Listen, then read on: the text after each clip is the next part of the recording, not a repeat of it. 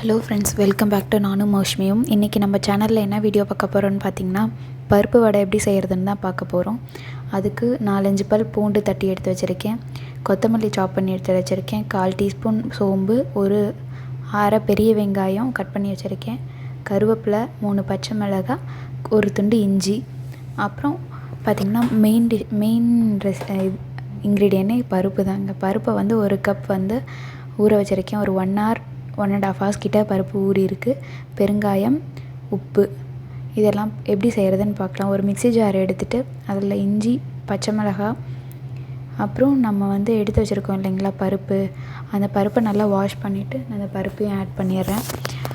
இப்போது மிக்ஸி ஜாரில் சும்மா ஒரு ஓட்டி எடுத்து வச்சுக்கிறேன். ரொம்ப நைஸாக வந்து நீங்கள் அரைச்சிடக்கூடாது, ஓரளவுக்கு கொரகொரப்பாக இருக்கணும். அந்தளவுக்கு அரைச்சி எடுத்து வச்சுக்கோங்க. இந்த மாதிரி இருக்கணும். மாவுக்கு தண்ணியும் அதிகம் விடாதீங்க, லைட்டாக ஒரு கொரகொரப்பாக ஓட்டி எடுங்க. லைட்டாக தண்ணி தெளித்தா கூட போதும்.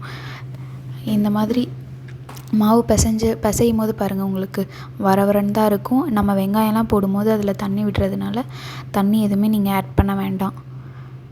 இப்போ இதுக்கு தேவையானது என்னென்னு பார்த்திங்கன்னா, பூண்டு கொஞ்சம் நம்ம தட்டி எடுத்து வச்சுருக்கோம்ல, அந்த பூண்டு, இடித்த பூண்டு, சோம்பு, அப்புறம்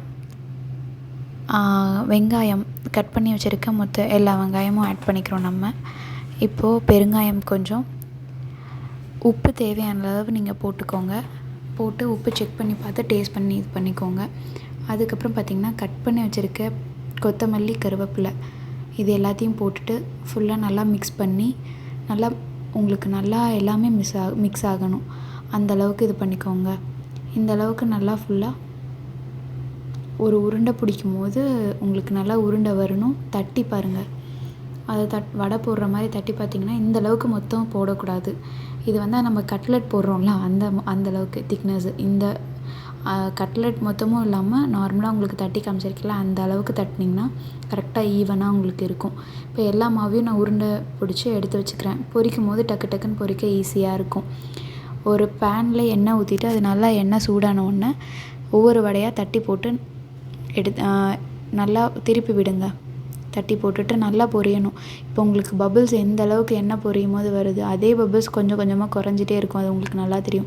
இந்த மாதிரி 90% பபிள்ஸ் வந்து குறையிற அளவுக்கு நல்லா வேகட்டும். ரொம்ப கரிஞ்சிடக்கூடாது. கரெக்டாக உங்களுக்கு கோல்டன் ப்ரௌன் வந்த உடனே நீங்கள் வடை வந்து வெந்துடும், எடுத்துக்கலாம். எண்ணெயை வந்து மீடியம் ஃப்ளேமில் வச்சு நீங்கள் குக் பண்ணுங்கள். அவ்வளோதான் ஃப்ரெண்ட்ஸ். இந்த வடையை நீங்கள் வீட்டில் செஞ்சு பாருங்கள். பிடிச்சிருந்தது அப்படின்னா லைக் பண்ணுங்கள், சப்ஸ்கிரைப் பண்ணுங்கள், மறக்காமல் கமெண்ட் பண்ணுங்கள். பாய்.